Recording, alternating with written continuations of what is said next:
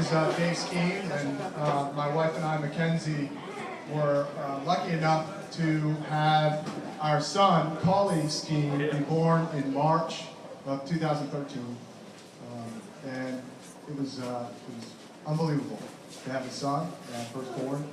And when we took him home, we noticed something was a little bit off. He never really looked at us, and he would shake a lot.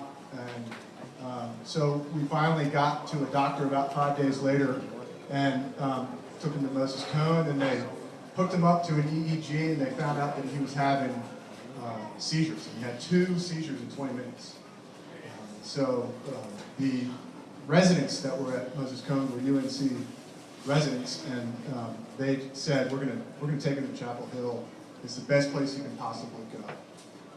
And thank goodness if you've never had to hear that, but it's a kick in the stomach because it's difficult to wrap your head around what that can mean. So we found ourselves at UNC, and we spent the next 3 months, my wife and I, one of us would be at the hospital and one of us would be home with our daughter, and we'd be going back and forth. And we'd spend the night at the hospital, you'd wake up at 5, you'd go home, you'd go to work, you come home, you take care of the daughter, you wake up the next morning, you go to work, and then you get off work and you go see your son. And he was in the pediatric intensive care unit pretty much the entire time.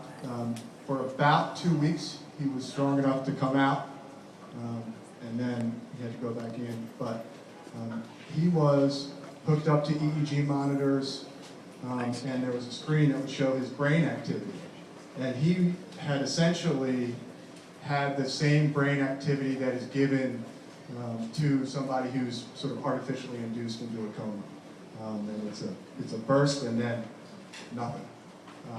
And so I can tell you, I know more about squiggly lines than any person ever should. But every little sort of movement would be something that we would want to know about. But we were there for 3 months, and we were in the PICU.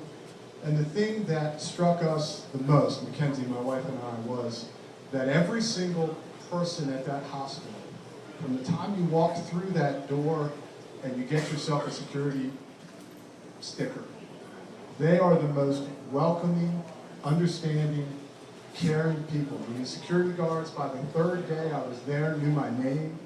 They knew Collie's name. They asked how he was. They knew that I was going to the PICU. They asked if we needed anything. They would order us food if we wanted it. They would call up to the room and say, your friend from San Francisco, your friend from Wyoming, your friend from Maryland has sent something to you. Do you want us to send it up? And these are the security guards, but they cared so much. And then we got into the hospital rooms, and my wife and I are, I'm an educator, and my wife was a saleswoman, and unfortunately we're tied to the internet, even without any of this. We're tied to the internet, so we would research, and these poor nurses, I think by sort of 5 days in, they would sort of huddle together and say, all right, here's what she's going to ask you. She's going to ask you this question, and this question, and this question. And the doctor said, here's what he's going to ask you. He's going to ask you this question and this question. But they took it every time, and they answered us every single time. And there were 2 particular doctors that stuck with us. One was Dr. Stephanie Wolf, who was a resident in the pediatric intensive care unit and had been tapped to be a fellow in the pediatric neurology unit. And she took it upon herself to be our advocate. And she would coordinate all of the doctors and all of the nurses and all of the care that came to Collie every day.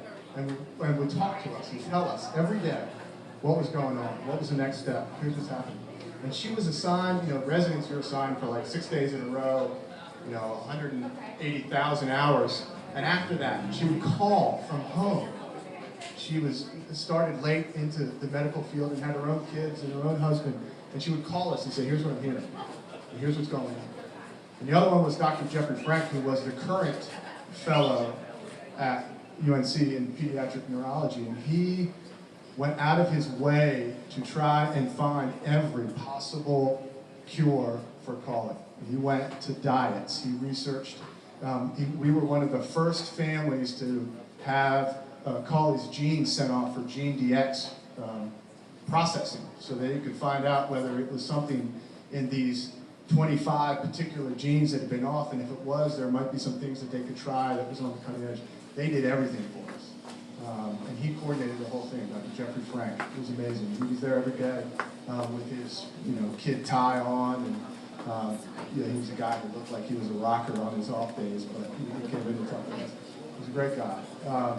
And from them to the nurses that came in every day, and we find out about their kids, and they asked about Greer, and they wanted to know us, and they wanted to care for us. The president of UNC came by our room 5 times over the course of the time, just to check on us. And if we weren't there, he'd leave his card and write a little note saying, hoping everything's going okay. Is there anything I can do? And he'd leave his cell phone number, not his work number, not his home number, his cell phone number for us to call if we needed something. It's just the way they do it at UNC Children's Hospital. By June, he couldn't breathe without a breathing tube, and he couldn't eat. And it was time for him, as one of my good friends says, he was probably more conversant with angels at that point than with humans, and it was time for him to go back home. And he passed away on June 1st, 2013. But what I remember is that it was all about the people. It was about my son, but it was about the people that helped us get to a point where we could say, it's time for you to go home. And those were the doctors, and those were the nurses, and those were the fellows who were willing to put their time and their own personal time and their efforts and their incredible intellect into trying to find out what they could do. And I think what that did for us was get us to a place where we felt like we needed to get back to the people at UNC. And Mackenzie was good friends with a number of people who had been part of Reelin for research. And when we talked, and we were talking about how we could give back for all of the people that had given to us, this was just a perfect fit. This is all about people. Reelin for research, UNC Children's Hospital, it's all about the people that are together. Either they're the doctors that are working towards a cure for cancer, or they're all of us together who are either here in memory of somebody, or here in support of somebody, or here trying to support fellows in a direct way to find a cure for cancer. And so it was a perfect mesh for us.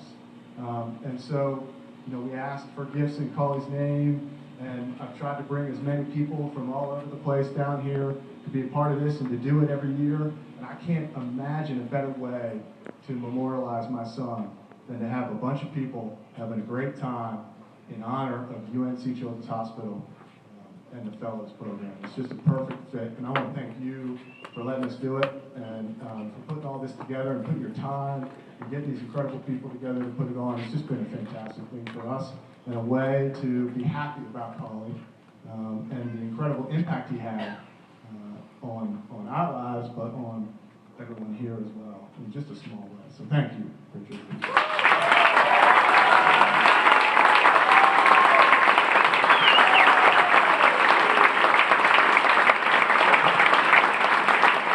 Well, Dave, thank you, buddy.